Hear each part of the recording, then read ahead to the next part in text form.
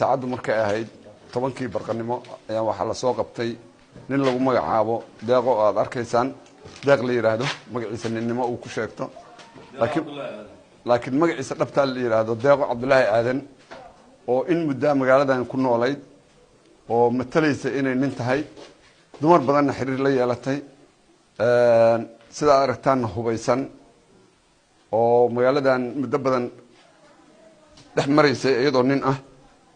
waxaan ku guuleysanay inaan helno muddo dheer ka bacdi inaan gacanta ku soo dhigno deeq oo magaciisu deeqa yahay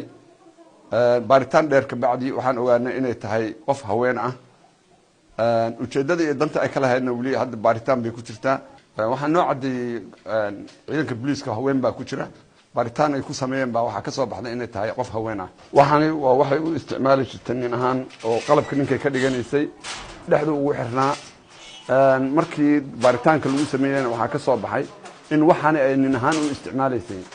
iyada waa su'aali kartaan inay dumar tahay aniga hadda af jooga lama adeega iyada waa joogtaa idinta liigu soo eedeeyay oo ay jidha dumar baana